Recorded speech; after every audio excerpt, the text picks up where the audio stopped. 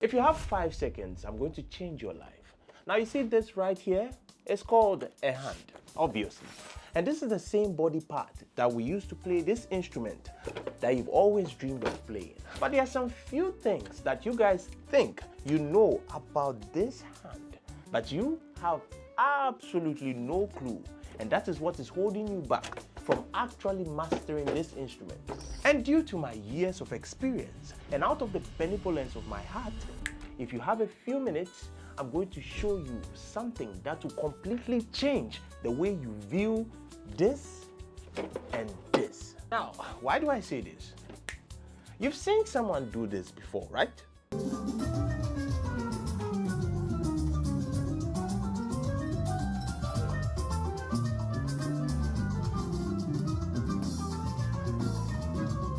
And then you ask yourself like, how?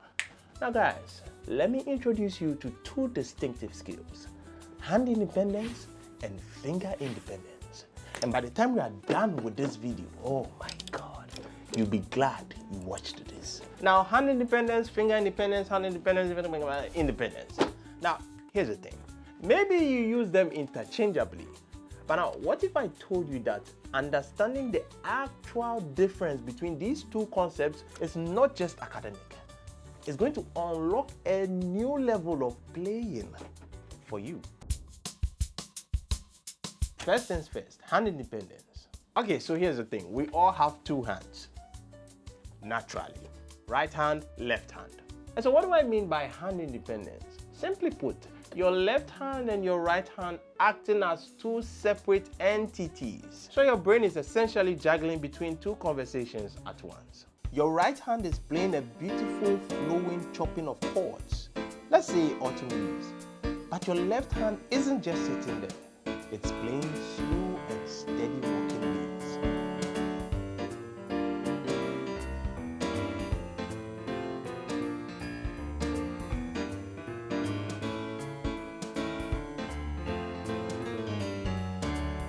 So now what's the struggle? Well, our brains are wired for symmetry. Listen, like when your right hand wants to play fast, your left hand naturally wants to speed up too, even if it's supposed to play something slow. Now, you know what? Let me give you something to do right now. Try to pat your head and rub your stomach at the same time, like that. You see? Sometimes it gets a little bit challenging. Exactly. Now that's hand independence you are developing. And when you try to do it for the first time, you realize that one of your hands wants to copy the other. That is it. But now when you overcome this hurdle, you unlock a whole new level. Like this example. As I've slowed down the tempo a bit, now I want to explain to you how hand independence works. Now hand independence is your ability to do different things on each hand. Now remember this. No human being can do two things at the same time, but we can create the illusion that we are doing two things at the same time. Now watch carefully. I was playing Autumn Leaves in the key of F, but I was doing a walking bass. So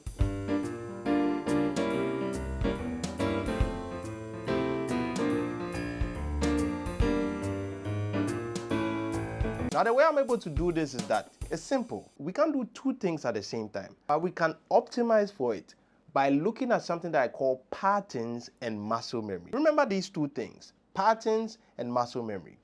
When you are training for hand independence, you first of all have to identify a pattern in what you are playing. Now if I play the autumn leaves, you realize that on my right hand is an easy pattern. On my right hand, yeah.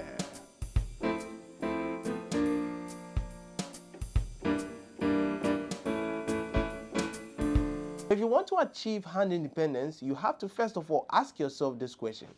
Which of the hands has the easiest task?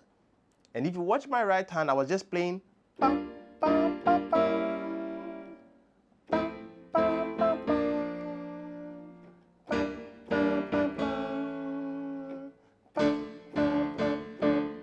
It's basically the same thing. I'm going to repeat it. So you have to do this so many times. That's why we have to train one hand at a time. You don't do all the two. No, one hand at a time. Do it so much that now this particular hand becomes muscle memory and you don't have to think of your right hand again. Do you understand? Because now all our focus will be on our left hand. And that's how we are able to create that illusion We are actually focusing on one hand, but our right hand is just muscle memory now. Then I'm just focusing all my energy on my left hand, concentrating.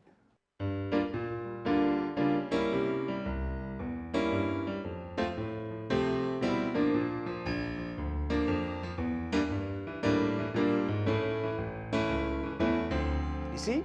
Exactly. So the left hand is the more difficult piece to play, so I'm focusing on that. The right hand, I've just sent it to muscle memory. It's subconscious. I don't even know or remember what I'm doing. I just know that my muscle knows what it's doing. And that's how we train for hand independence. And make sure that you train that task so much that you can forget about that task completely and focus on the difficult hand. So in autumn leaves, the walking base might be the difficult hand, and the right hand is just chop, bang, bang, bang, bang, that's all. This challenge grows. Now, you are not just playing melody and chords. Maybe your left hand is playing its own melody entirely different from your right. Or playing a tricky rhythm in one hand, like triplets, while the other plays straight notes. That's pure hand independence at work. And of course, let me show you how to achieve that. Slowly. Now, my left hand, as you can see, is a pattern, right?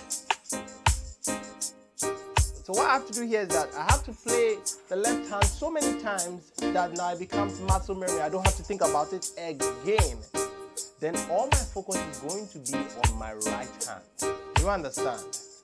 Okay, now let's go to the right hand. A 3, a go.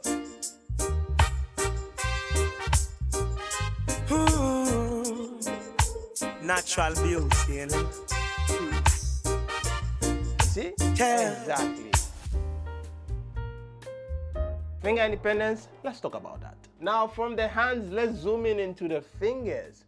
Finger independence is not about the two hands working together. No, it's about the fingers having independence, having a mind on their own, being separate from each other. They are moving individually and precisely without others getting in the way. Now here's the truth. Not all fingers are created equal. That's a nice saying that cuts across everything. Now guys, you see this finger right here? This finger is called a ring finger. Oh my God. This finger, every pianist knows that it is the slacker. And when I say slacker, I mean it is the most difficult to get independence. I don't know why. Well, I think I do know why. That's because it shares its tendons with its neighbors, making it harder to move independently. But not impossibly. So the goal right here is we want this finger to be strong, agile, and able to lift and strike a key with control without dragging its bodies along for the ride. Now imagine this. You are playing a scale and you want each note to sound perfectly even and clear. But often, your pinky or ring finger notes sound weaker, or they get tangled up with the middle finger. Now that's a lack of finger independence. Are you seeing the difference? Try holding a key with your pinky finger on your right hand. Now try to play those notes with just your thumb, index, and middle fingers, keeping that pinky pressed. See how your ring finger wants to lift with the middle. That's the challenge.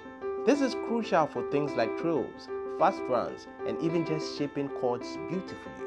Guys, one last finger exercise I want you to do to improve your finger independence is this. Watch carefully.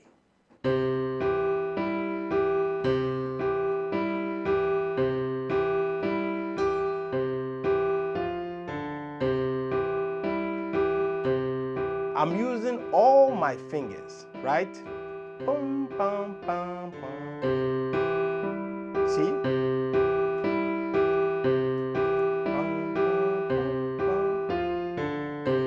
Now, it's contrary motion. I start with my pinky, then I come middle, then thumb on both hands.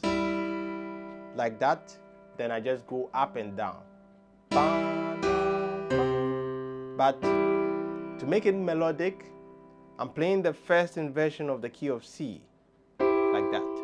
And I'm just playing the root triad of the key of C on my left hand. And I start from the top, I go to the bottom, back to the top on my right hand, and then I start from the bottom, come to the top, back to the bottom on my left, right? So Now you can see that I'm not using my index and my ring finger, but I'll use it here. See? Exactly. Training all the fingers.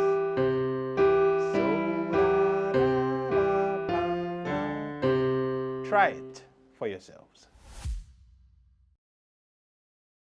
Now let's talk about a team analogy, bringing everything together.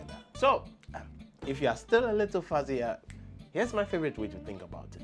Now, imagine you're coaching two sport teams on a big field. Finger independence is about each individual player on your team. Is your star forward, your thumb, super agile? Is your defender, your ring finger, strong and quick? Or does he keep stumbling over his feet? You need every player to be skilled and under control. Hand independence is about your ability to coach both teams at once. Can your left-hand team run a complex defensive strategy while your right-hand team executes a tricky offensive play, all simultaneously without crashing into each other?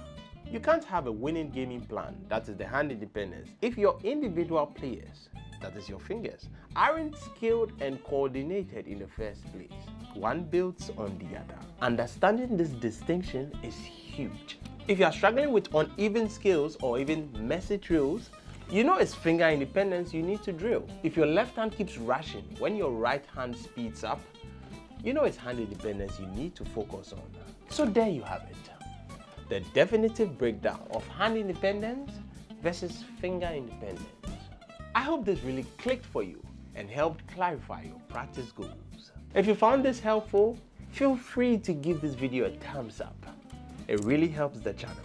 And if you have any questions or any other piano topics you want me to tackle, feel free to drop it in the comments below. And lastly, if you want to get the chance to hop on a call with me so we tackle your piano struggle, join the waitlist. The link's below. So keep practicing, keep exploring, and I'll catch you in the next video. Until then,